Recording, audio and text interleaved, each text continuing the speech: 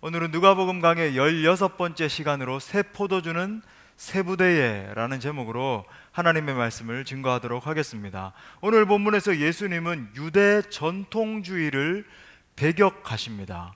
유대주의는 완전히 옛것을 바라보고 옛것만 추구하던 그런 것이었어요.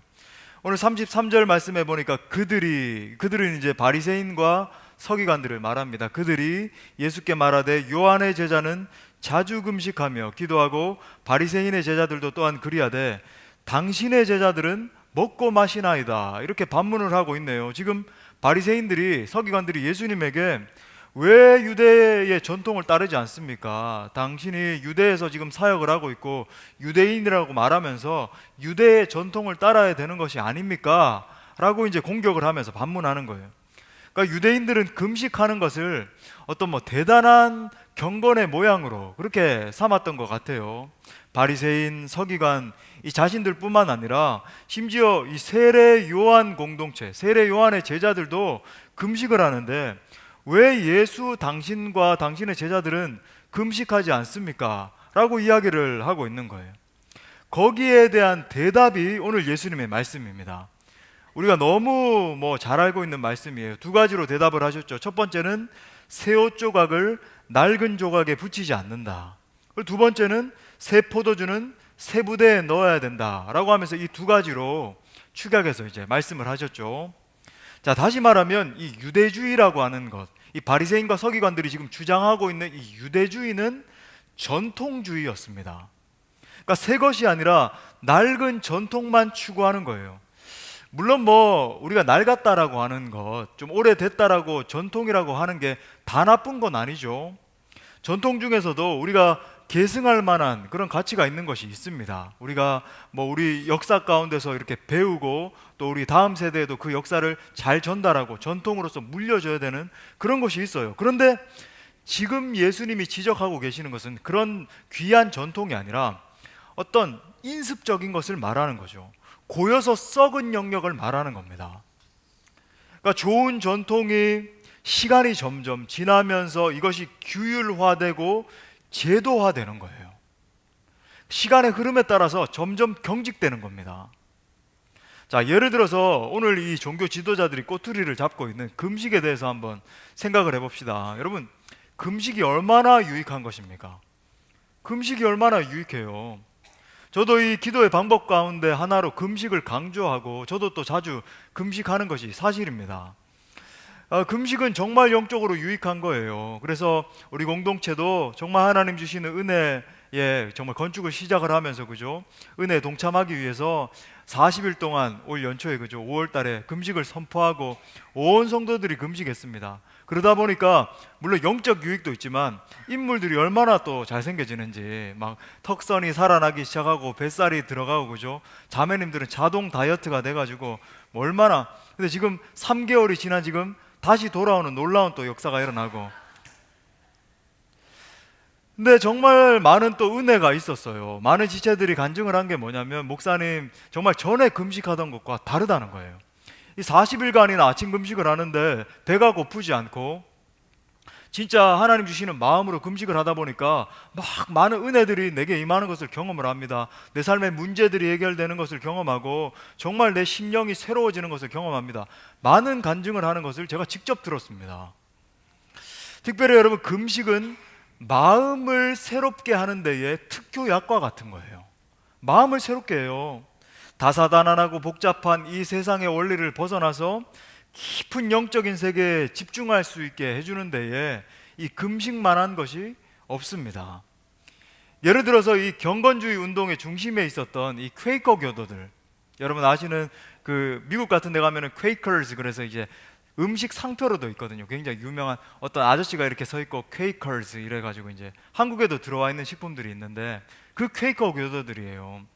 당시에 이제 이분들이 활동하던 시대에는요, 굉장히 유럽 지역의 이 교리주의가 팽배해서, 그러니까 소위 말씀 중심 이것만 강조해서, 물론 말씀 중심은 좋은 가치입니다만 이것만 강조를 하다 보니까 균형을 잃어버리니까 점점 교회가 생명력을 잃어가고 굳어지는 거예요.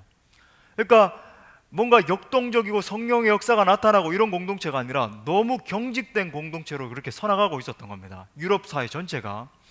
이때 이 퀘이커 교도들이 금식하기 시작했어요. 매주 목요일마다 금식했습니다. 하루 종일. 그렇게 금식을 하니까 유럽 전역에 기도 운동이 일어나기 시작하고 금식 운동이 일어나기 시작해서 영적 토양이 변화되는 그런 역사가 일어났다라는 거예요. 여러분, 오늘 본문에 나오는 바리새인들도요, 이 만만치 않은 사람들이었습니다. 금식을 굉장히 자주 했다는 것을 문헌을 통해서 볼 수 있는데 얼마나 했느냐? 약 1년에 88회에서 90회 이상을 금식했습니다. 91 이상을. 엄청나죠. 여러분, 우리 40일 금식하는데도 만만치 않잖아요. 한 20일쯤 지나가니까 아침 시간마다, 그죠? 막 성령이 오셨네 해야 되는데 통닭이 오셨네 이게 자꾸 생각이 나고, 뭐 그렇죠. 예, 저만 그런가요? 그런데 여러분, 이분들은요, 이 바리새인들은 1년에 88일에서 90일 이상을 금식을 했다는 거예요. 엄청나죠. 대단한 열심입니다. 그런데 문제가 뭐냐면 규율화되는 거예요. 제도화되는 겁니다. 경건의 모양이 고착화되니까 경건의 능력이 없어져 버리는 거예요. 무엇이든지 여러분이 보세요. 고착화가 문제예요. 우리의 이 영성 생활에 있어서도 우리가 삶을 살아갈 때에 어떤 좋은 가치가 있을 때 그게 다 무너지는 게 언제 이렇게 생기느냐? 고착화될 때예요. 제도화되는 겁니다. 아무리 좋고 영적인 것이라도 고착화되면 그 고유의 능력이 사라지는 거예요. 우리가 이런 영적 현상을 영적 경직성이라고 한번 불러보겠습니다. 제가 이걸 이제 영적 경직성이라고 한번 불러보는 거예요. 굳어지는 것. 자, 여러분, 이 영적 경직성의 열매가 무엇인지 아십니까? 그것은 영적 우월주의입니다. 반드시 여러분 보세요. 영적 경직성은 영적 우월주의를 가져와요. 영적인 경직성이 영적 우월주의를 낳으면서 이렇게 생각을 하는 겁니다. 내가 당신들보다 낫다는 거예요. 내 신앙이, 물론 이렇게 대놓고 이야기는 하지 않죠. 근데 이렇게 보면 내 신앙이 당신 신앙보다는 낫다는 겁니다. 그리고 여러분, 이 영적 우월주의가 필연적으로 또 낳게 되는 열매가 있는데 그건 뭔지 아십니까? 그것은 다른 사람들을 향한 정죄와 비난이죠. 형제를 정죄하고 비난하는 거예요. 비방하는 거죠. 정말 하나님의 형상대로 창조된 존귀한 형제인데, 내가 영적 우월주의에 있다 보니까 그 열매로서 비방하고 정죄하고 뒷말하고 깎아내리고 내 가치가 더 옳다는 거예요. 여러분, 이렇게 계속 판단받고 정죄받는 대상은 결국 어떻게 되는지 아십니까? 그 내면이 다 망가지게 돼요. 그렇게 받는 대상은요, 내면이 다 부서집니다. 그 사람이 정말 하나님의 사람으로 점점 세워지는 게 아니라 도리어 무너져요. 영적 우월주의에 빠져 있는 사람이 계속 어떤 대상을 갖다가 정죄하고 판단하고 비난하면요, 그것을 당하는 사람은 점점 더 깊은 수렁 속으로 빠져들게 돼요. 헤어나지 못하는 수렁 속으로 빠져들게 돼요. 신앙의 성장이 아니라 신앙의 회의를 갖게 되죠. 당신이 말하는 신앙이 정말 신앙의 본질이 그런 거라고 한다면 나는 신앙생활 못하겠습니다. 내게는 신앙생활이 적합하지 않은 것 같습니다. 이런 방향으로 돌아서게 돼요. 심각한 결과를 초래하는 거죠. 기억하세요. 신앙생활 오래 한 것과 예수 그리스도의 제자 되는 것은 별개의 문제입니다. 제가 정말 누누이 강조하는 거지만 내가 신앙생활을 30년 했습니다. 40년 했습니다. 어떤 직분에 있습니다. 그것과 내가 정말 진정한 예수 그리스도가 제자가 된다라고 하는 건요, 별개의 문제예요. 신앙생활이 종교 생활이 되기 시작하면 영적으로 교만해지기 시작해요. 살이 찌기 시작합니다. 다른 사람을 정죄하는 거예요. 비대해진 내 양심을 가지고 이 정말로 내 중심을 하나님의 빛에, 말씀의 빛에 바라볼 수 없게 되니까 나는 바라보지 못하게 되고 다른 사람만 바라보게 되는 거죠. 나는 성경을 이만큼 읽었는데 당신은 얼마나 읽었냐는 거예요. 나는 기도를 이만큼 하는데 당신은 얼마나 기도하느냐는 겁니다. 나는 이만큼 헌금을 하는, 물론 이렇게 말하는 분은 없겠지만은 드러나는 거죠. 은연중에 나는 헌금을 이만큼 하는데 당신은 얼마나 헌금을 하냐는 거예요. 한번 생각해 보세요. 여러분, 우리가 지난 이제 금요일 날 이제 강사 목사님 오셔서 이런 말씀 전해줬습니다만, 우리가 이 자녀들을 양육을 하면서 이런 우를 얼마나 많이 범하는지 몰라요. 분명한 건 여러분, 우리 자녀들은 아직 성장하고 있다는 겁니다. 우리 자녀들은 아직 성장하고 있는 그 궤도에 있는 거예요. 신앙이 무슨 성숙한 게 아니죠. 전국 팔도를 다니면서 말씀을 전하는 목사님이 딸이 중학교 1학년 딸이 갑자기 아빠 앞에 와가지고 아빠, 예수님이 이런 기적 사건을 일으키시고 천지를 창조하시겠는데 이거 믿어지냐는 거예요. 이거 사실이 아니지 않냐는 거예요. 아빠가 이게 믿는다는 게 이게 사실이냐는 거예요. 아빠가 나는 이거 믿어. 너도 이렇게 믿었으면 좋겠어. 이렇게 권면했다는 거죠. 근데 대부분의 사람들이 그렇게 권면하지 않습니다. 마음 가운데 막 답답한 마음이 막 올라오기 시작하면서 막 정죄가 튀어나오는 거예요. 근데 여러분 보세요. 이 청소년 아이들, 뭐 초등학교 아이들, 뭐 심지어 그 아이가 이제 청년이 됐을 수도 있는데 그 자녀들은 아직까지 seekers, 구도자들이에요. 찾고 있다는 거예요. 신앙이 성장 궤도에 있으면서 찾고 있습니다. 무엇이 바른 믿음인지, 어떤 지향점을 가져야 되는지 찾고 있어요. 완성된 게 아니죠. 그러므로 여러분, 그들에게 정말 필요한 게 뭐냐면 이렇게 해야 돼, 저렇게 해야 돼 강요하는 게 아니라 신앙의 본을 보여주는 거예요. 내가 신앙의 사람으로 서 있는 걸 은연중의 삶으로서 본을 보여주는 겁니다. 그러면 그 아이는 우리 아빠가 믿고 있는 하나님, 내 어머니가 섬기고 있는 하나님이 이런 분이구나 그냥 느끼는 거죠. 그냥 보고 배우는 거예요. 많은 사랑과 격려가 필요합니다. 그를 일으키기 위해서 정죄가 아니라 사랑과 격려로서 너는 정말 위대한 하나님의 사람이 될 거야. 설명해 주는 거죠. 하나님이 천지를 창조하셨는데 무조건 믿어야 돼 이게 아니라 하나님이 이렇게 창조하셨어. 이 자연 만물을 한번 봐봐. 뭐 때로는 손을 붙잡고 이런 자연 현상을 한번 관찰해봐. 같이 책을 읽기도 하면서 아빠랑 같이 한번 탐구해 볼까? 엄마랑 같이 한번 이것에 대해서 토론 한번 해볼까? 인도해 주는 거죠. 그런데 많은 부모들이 이렇게 하지 않고 도리어 정죄합니다. 너의 신앙은 왜 그거밖에 안 되느냐고 역정을 내죠. 잘 생각해 보세요, 여러분. 어떤 간절한 권면과 정죄는 굉장히 유사해요. 간절한 권면이 있죠. 정말로 간절한 마음으로 내가 부모의 마음으로 아니면 어떤 형제 자매에게 간절하게 권면할 수 있습니다. 그리고 정죄가 있어요. 근데 그건 유사한데 그것을 받는 사람은 매우 다르게 느낍니다. 여러분, 간절한 권면은요, 사람을 살려요. 이 사람을 정말 일으키게 됩니다. 그런데 정죄는 사람을 죽이죠. 무너뜨려요. 이런 경직된 유대 전통주의에 반해서 오늘 예수님은 완전히 다른 패러다임을 제시하고 계시네요. 그 패러다임은 뭐냐면 바로 복음입니다. 지금 예수님이 말씀하시는 것이 바로 복음이에요. 오늘 예수님이 보여주고 계신 모습을 보십시오. 27절부터 29절에 보시면요, 레위라 하는 세리를 제자로 부르시는데 이 레위가 누구냐면 마태예요. 지금 마태를 제자로 부르시는 장면입니다. 이 레위라 하는 세리를 제자로 부르시네요. 당시 여러분 저를 보십시오. 이 세리가 어떤 존재였느냐. 세리는 마치 이런 존재였어요. 유대인들이 있고 유대 자기 동족 중에서 한 사람이 튀어나간 거예요. 그래서 로마, 당시 이제 유대 땅을 완전히 점령하고 있던 로마의 정권과 군인들의 하수인이 돼서 유대인들을 어떻게 해서든지 더 많은 세금을 착취를 한 다음에 자기가 많이 남겨먹고 그 남은 것들로 이 로마인들에게 갖다 바치면서 정권의 하수인이 돼가지고 아부를 하고 하면서 자기의 부를 축적하던 그런 존재들이었어요. 그냥 단순히 그냥 텍스 컬렉터 그러잖아요, 영어로. 그냥 이 세금을 모으는 사람이 아니라 더 많은 세금을 착취한 다음에 로마 정권에 갖다 바침으로써 자기의 부를 축적하던 아주 간사하던 그런 존재들이었다고요.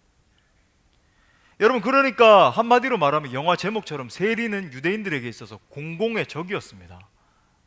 저 세리들 봐봐, 저 부패하기 짝이 없는 저 인간 쓰레기 같은 공공의 적이었던, 이렇게 말하던 대상들이었다고요.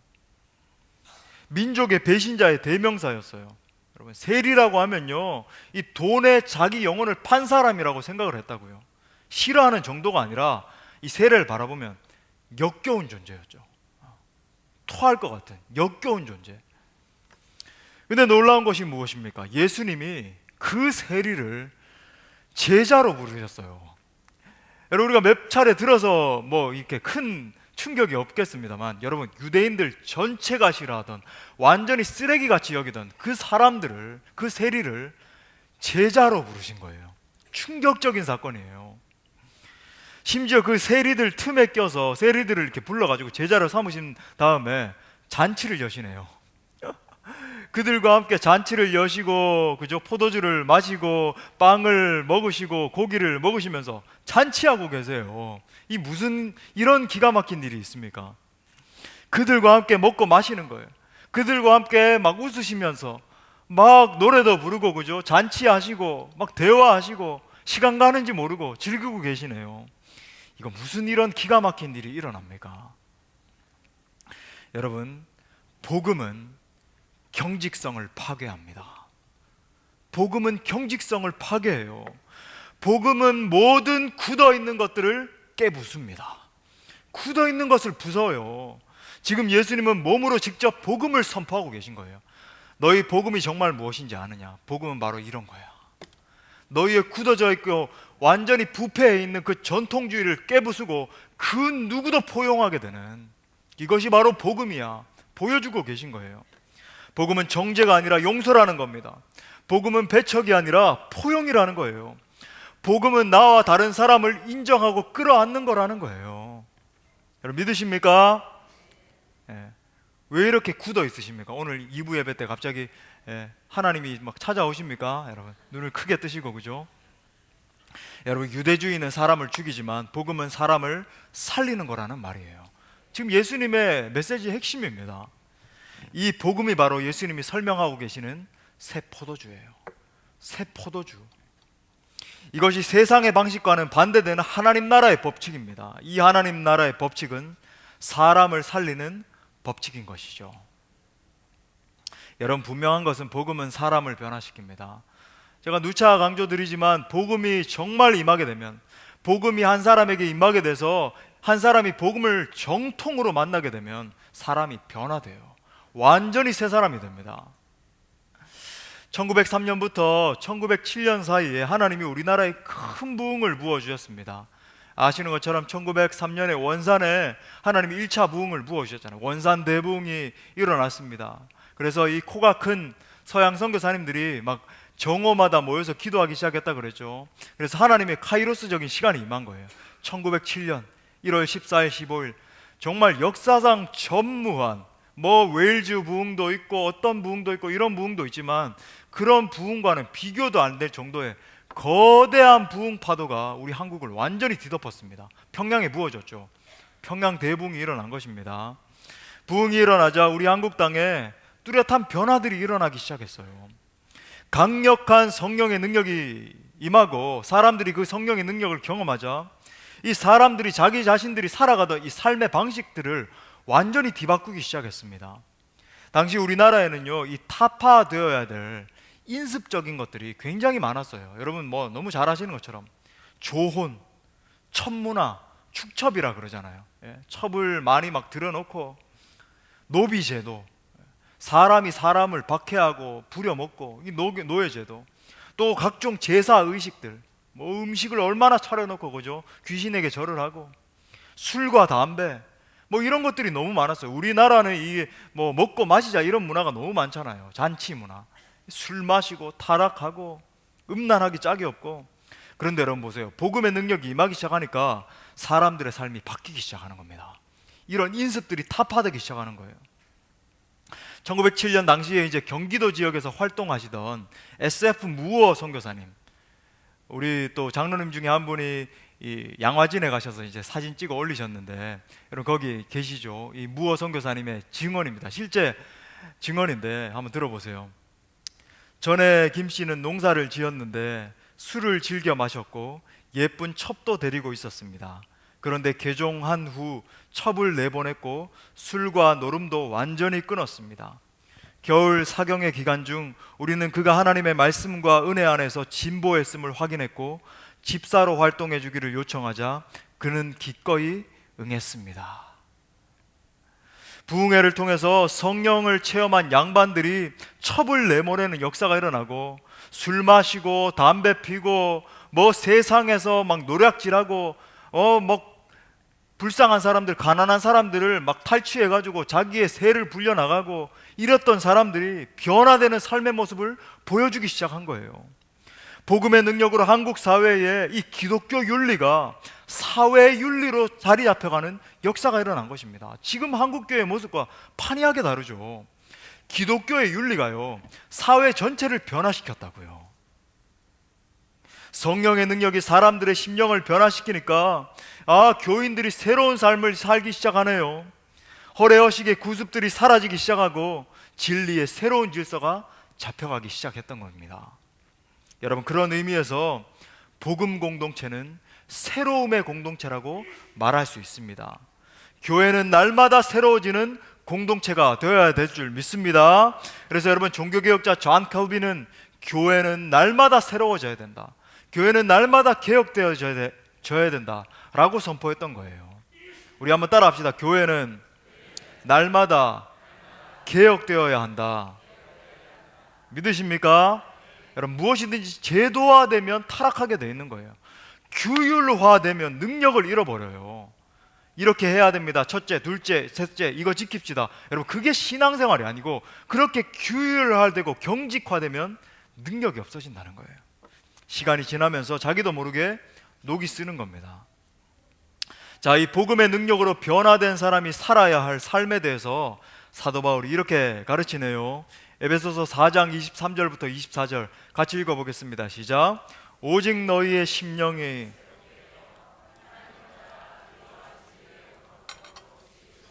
새 사람을 입으라.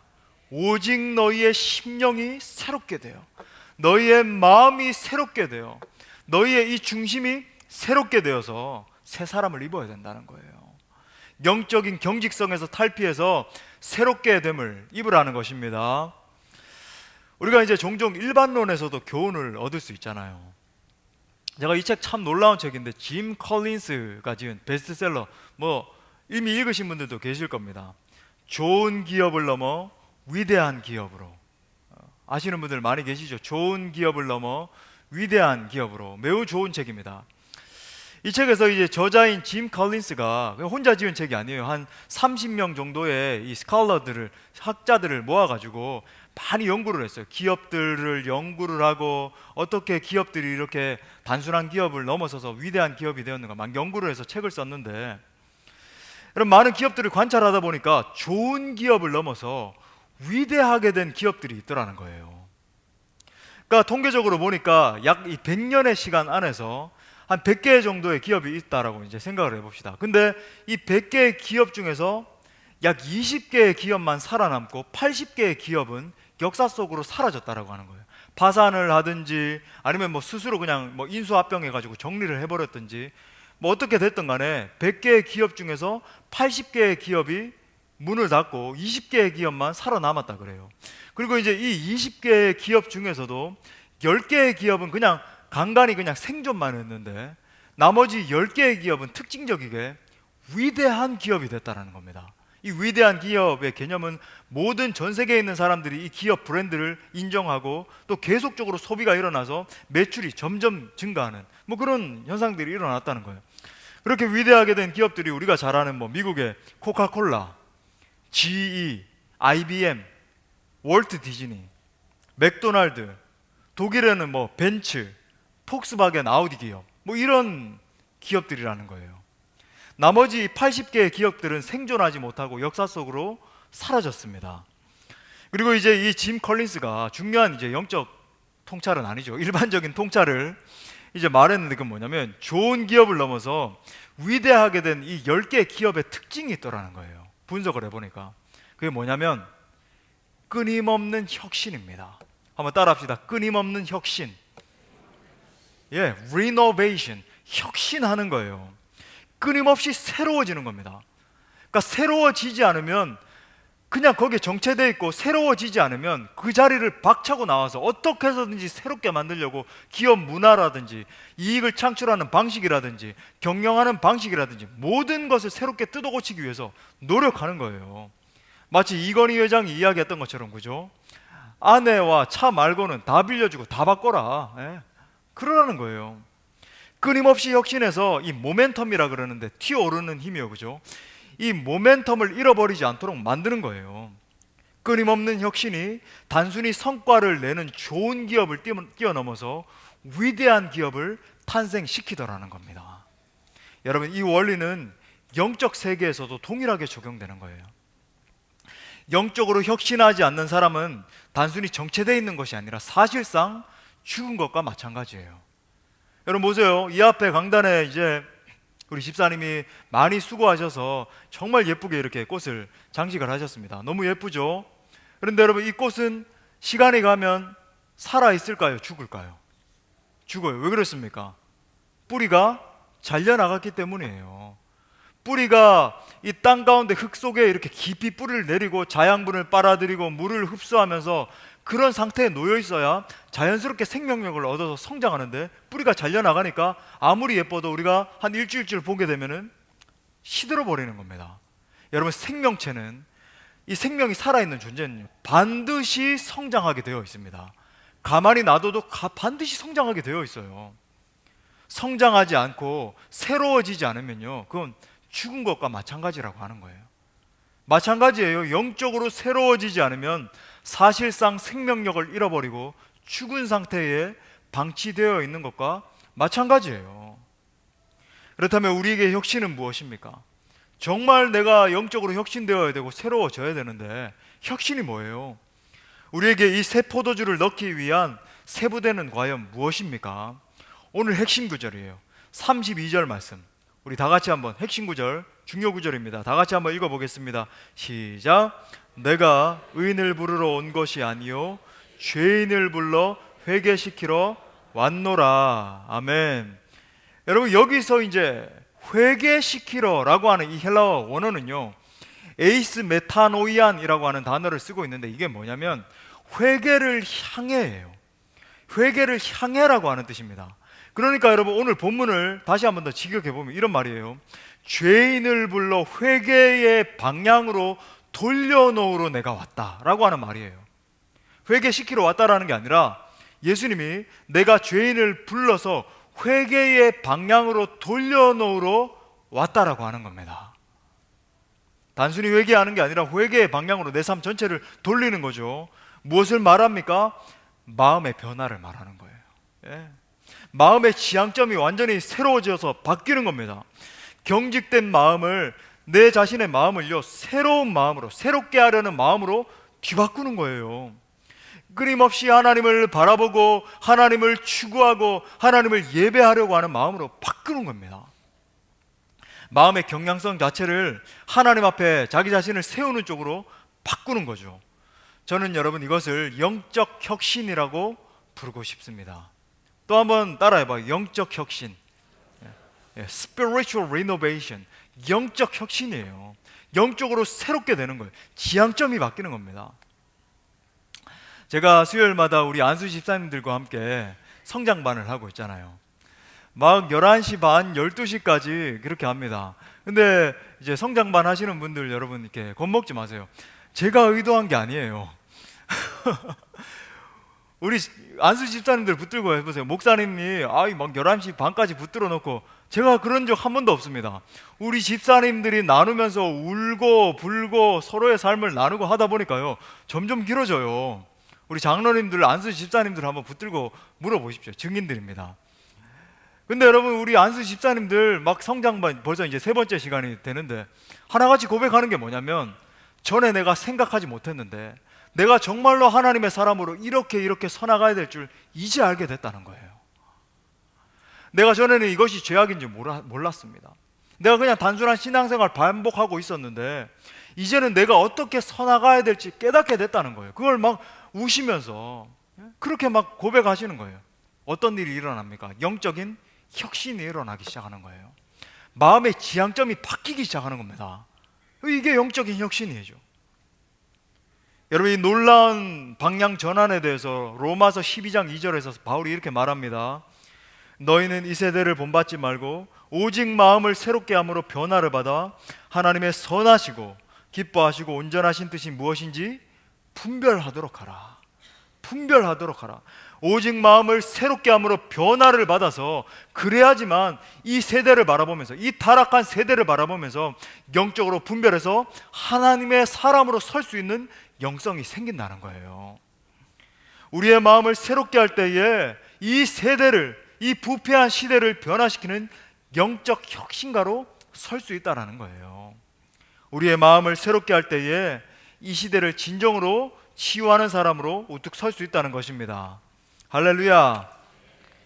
나아가 여러분, 우리 공동체로 이렇게 있는데, 우리 공동체는 이 회개를 향해 서는 것, 이 영적 혁신을 어떻게 추구하고 바라볼 수 있을까요?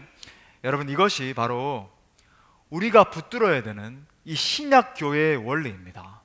우리가 사도행전에서 관찰할 수 있는 신약 교회의 원리예요. 바로 마음을 새롭게 하는 공동체예요. 마음을 새롭게 하는 공동체. 한번 따라합시다. 마음을 새롭게 하는 공동체. 그러니까 세상의 원리를 거스르는 공동체예요.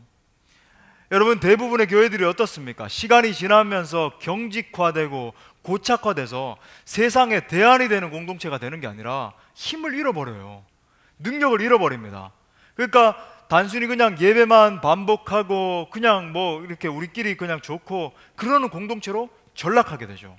짐 컬린스가 이야기한 것처럼 100개의 그런 교회가 있다라고 한다면요, 80개의 교회들처럼 그냥 사라져버리는, 뭐 생존했다 할지라도 그냥 좋은 교회로 남는, 위대한 교회로 가지 못하는 그런 영적 현상이 빚어지는 겁니다.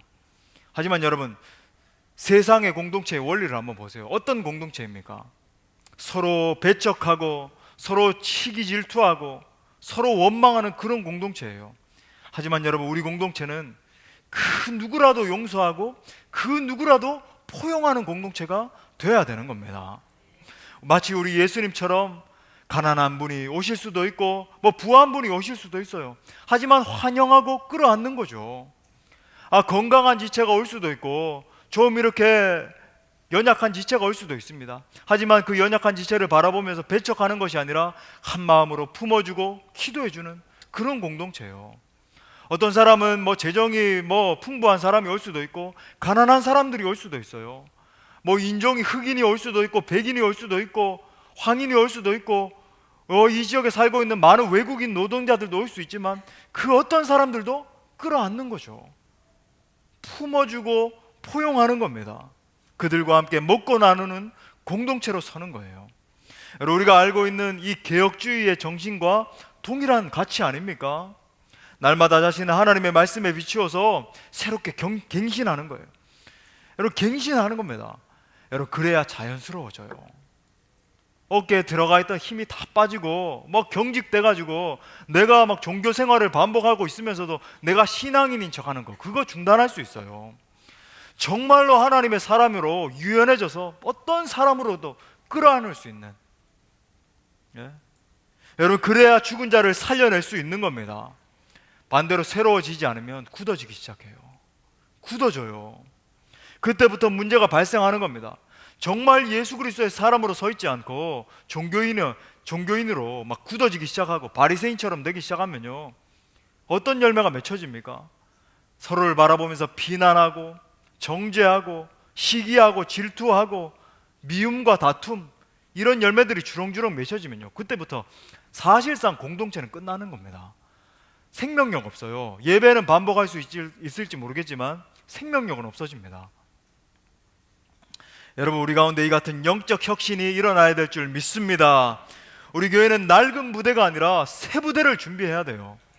하나님이 정말로 우리 공동체 가운데 우리의 기도의 분량이 쌓여지고 우리가 정말로 영적으로 혁신이 일어나면요, 하나님이 부흥의 새 파도를 부어주실 텐데, 근데 여러분, 부흥의 놀라운 파도를 부어주실 때에 내가 준비되어 있지 않으면, 우리 공동체가 준비되어 있지 않고 새 부대를 준비하지 않으면요, 그 부흥이 오더라도 그걸 받을 수가 없어요.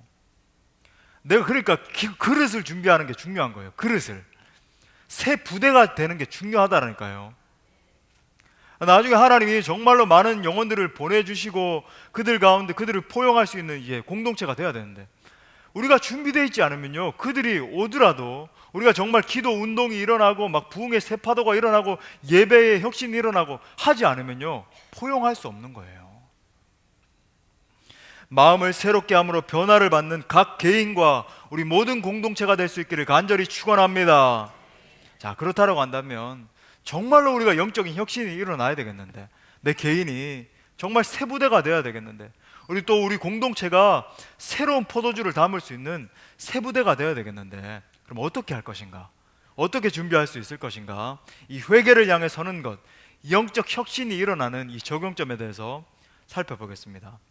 한 가지만 적용점을 살펴볼게요. 그것은 바로 기도입니다. 기도예요. 수만 번, 수백만 번 강조해도 부족함이 없는 기도입니다. 기도는 영적인 혁신을 일으킵니다. 기도는 굳은 마음에 새로움을 가져다 줘요.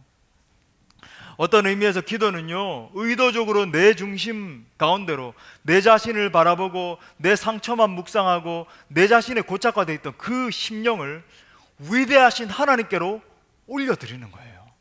내 시선을 하나님께로 바라보기로 결정하고 서는 겁니다. 여러분, 기도를 통해서 하나님을 만나면 마음이 새로워지는 거예요. 마음이 새로워져요. 여러분, 이렇게 고백하는 지체들이 있죠. 아유, 저는 기도를 10분만 해도 막 잡생각이 들고 막 졸리기도 하고, 대체 막 기도를 막 30분씩 1시간씩 하는 사람들을 보면 뭐 어떻게 기도하는지 모르겠다고. 그게 사실이죠. 왜 그렇습니까? 기도의 맛을 보지 못했기 때문이에요. 여러분, 근데 기도의 맛이라는 게, 여러분, 기도할 때에 처음에는 내가 세상 염려, 근심, 걱정 다 짊어지고 왔는데 내 자신만 바라보면서 한숨 쉬고 나는 왜 이럴까 막 이런 상태에 있었는데, 기도 가운데 주님을 만나면 그 마음이 새로워지는 거죠. 영적인 혁신이 마음 가운데로부터 먼저 일어나기 시작하는 거죠. 왠지 모르게 1시간씩 2시간씩 기도하고 나면요, 새 마음이 부어지기 시작하고 기쁨이 임하고, 상황은 어려운 가운데 그대로 있는데 내 마음이 막 새로워지는 거예요. 막 표정이 바뀌어지기 시작하는 겁니다. 성령의 충만함이 임하기 시작하네요. 또 기도의 맛이 무엇입니까? 그렇게 기도하고 일어나서 내가 한 게 없는데 하나님이 상황을 막 역전시키시는 거예요. 능력이 나타나고 내가 복음을 선포할 때에 잃어버린 영혼들이 돌아오는 역사가 일어나고, 내가 정말 지혜롭지 못한 사람이었는데 지혜가 임해서 다른 사람들을 살리는 그런 언어가 내 입술로부터 터져 나오기 시작하고, 사업 가운데 어려움이 있던 것들이 하나님이 역사하셔서 하나님이 사람을 만나게 하셔서 풀려지는 역사가 일어나고 기적이 일어나는 거죠. 그게 여러분 기도의 맛이거든요. 이 기도의 맛을 아는 사람은 기도하지 않을 수가 없어요. 그러니까 이런 거죠. 제가 앞에 서서 새벽 기도 나오십시오, 금요 집회 제발 좀 나오십시오, 우리 함께 뜨겁게 찬양하고 기도합시다, 말하지 않아도 그 은혜가 임하니까 나오게 되는 거예요. 반대로 여러분, 기도하지 않으면 어떻게 됩니까? 마음이 굳어지기 시작해요. 마음이 굳어져요. 교회의 모든 프로그램들이 제도화되기 시작합니다. 고착화됩니다. 은혜의 말씀이 임할 때에 말씀을 묵상하고 이 말씀을 선포해서 앞에 선 설교자가 막 담대히 선포하고 이럴 때에 그 말씀이 정말 꿀송이와 같이 달아서 내 심령을 변화시키고 감격이 있고, 아멘 아멘 그렇습니다, 제 삶 가운데서 이 말씀을 적용해서 하나님의 말씀대로 살겠습니다, 이렇게 되는 게 아니라 규율화되는 거예요. 마치 제가 규율을 몇 가지 던져 드리는 것처럼 그렇게 느껴지기 시작하는 겁니다. 말씀을 묵상하다가도 이 생명의 말씀이 내게 정말 깊이 와닿는 게 아니라 무슨 규율집처럼 도덕적으로 이렇게 살아야 되겠다, 살아야 되겠다, 살아야 되겠다, 삶이 변화되는 게 아니라 살아야 되는 규율집으로 바뀌어지게 되는 거예요. 예배를 드리면서도 예배가 되는 것이 아니라 예배가 종교 행위가 되는 거죠. 예배에서 능력이 사라지기 시작합니다. 감격이 사라지는 거예요. 그냥 주일 성수하라고 이렇게 말씀드리니까 그냥 와야지, 그렇게 되는 거예요. 예배를 드릴 때 언젠가부터 눈물이 마르고 찬양을 해도 감격이 없고, 찬양이 마치 울리는 꽹과리처럼 되는, 감동이 사라지는 거예요. 여러분, 우리 공동체가 이거 너무 경험하고 있잖아요. 금요 성령 집회 가운데 성령의 불이 임하기 시작하니까요, 막 찬양이 살아나는 역사가 일어나고 말씀을 회복하는 역사가 일어나고 기도 가운데 놀라운 기적들이 일어나고, 그러니까 이 지역 가운데도 소문이 나서, 여러분 아시죠? 요즘 금요 집회 가운데 다른 외부에서도 참석하기 위해서 막 참석을 해요. 오지 말라 그래도 그죠? 우리가 무슨 어디 TV 광고하고 그러지 않았는데 사람들이 막 와서 함께 예배하는 역사들이 일어나고, 우리 성도들도 많이들 간증하는 거예요. 제가 이런 문제가 있었는데 기도하는 가운데 이렇게 역사하게 됐습니다. 찬양하는 가운데 이렇게 감격이 회복됐습니다. 완전히 새로워지는 거예요. 여러분 기억하세요. 모든 능력의 근원은 기도인 것입니다.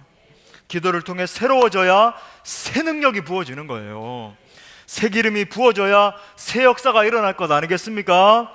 모든 사역과 삶의 능력은 기도로부터 시작되는 줄 믿습니다.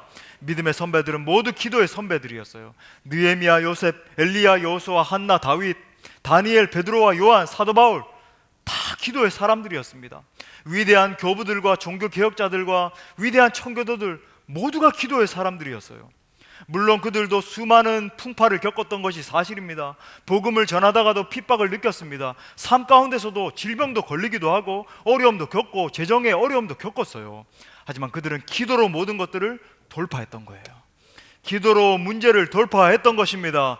기도로 마음이 부드러워지고 기도로 포용력이 생기고 기도로 모든 상황을 돌파하는 능력이 임한 거예요. 한 믿음의 선배가 이렇게 말했습니다. 하나님을 믿는 자들은 꿈꾸는 사람, 즉 비전의 사람이 되어야 된다. 그러나 하나님께서 우리에게 주신 꿈은 그냥 이루어지지 않는다. 하나님은 기도를 통해 우리의 비전과 꿈을 성취해 나가신다. 동시에 기도는 새로운 부흥과 개혁을 가져오는 능력입니다. 기도하면 모든 상황이 바뀌는 거예요. 기도하면 나라와 민족이 치유되는 역사가 일어나는 것입니다.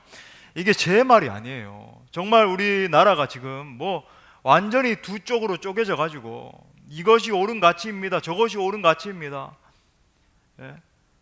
온 자유주의 물결이 이 나라와 민족을 뒤덮고 교회까지 침투해서 우리 10년 전만 해도 무슨 동성애 얘기 잘 없었잖아요. 이제는 동성애를 인정하지 않으면 체포되는 시대가 되고 자유주의의 물결이 완전 다 휩쓸어 가지고 이게 무슨 일이냐고요.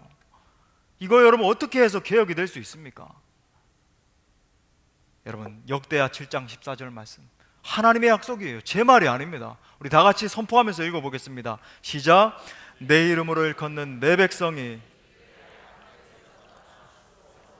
기도하여 내 얼굴을 찾으면 내가 하늘에서 듣고 그들의 죄를 사하고 그들의 땅을 고칠지라. 여러분 믿으십니까? 믿으십니까? 여러분 말씀이 뭐라고 하는 거예요? 우리가 기도할 때 내가 그 땅을 고칠 거야. 내가 너희 국가를 고칠 거야. 우리가 기도할 때에 나라와 민족을 하나님께서 치유하시는 역사가 일어날 줄 믿습니다. 기도함으로 말미암아 진정한 역적 혁신을 경험하는 사랑하는 모든 지체들 될 수 있기를 축원합니다. 말씀의 결론을 맺겠습니다. 이 마지막 때에 사단이 우리를 삼키는 방법은 너무나 명확해요. 마음이 점점 경직되어 가는데 그것을 알지 못하게 하는 거예요. 마음을 둔하게 만드는 거예요. 세상 즐거움에 빠져서 마음이 굳어져 가는데 그것을 깨닫지 못하게 하는 겁니다. 오늘 주님이 명확하게 말씀하세요. 새 포도주는 새 부대에 넣어야 할 것이니라. 사랑하는 성도 여러분, 여러분의 마음을 새롭게 하기 위해서 기도할 수 있기를 바랍니다. 이 죄악된 세상에서 승리할 수 있는 길은 여러분 한 분 한 분이 기도의 사람으로 바뀌는 거예요. 여러분이 기도하기 시작하면 성령께서 새 마음을 부어주실 것입니다. 여러분이 전에는 상상도 못했던, 나는 그런 생각을 하는 사람이 아닌데 상상도 못했던 새 비전과 새 꿈과 새로운 소망이 막 넘쳐나는 역사가 일어나는 거예요. 또한 이번 행축을 위해서도 행축하면서도 기도하십시오.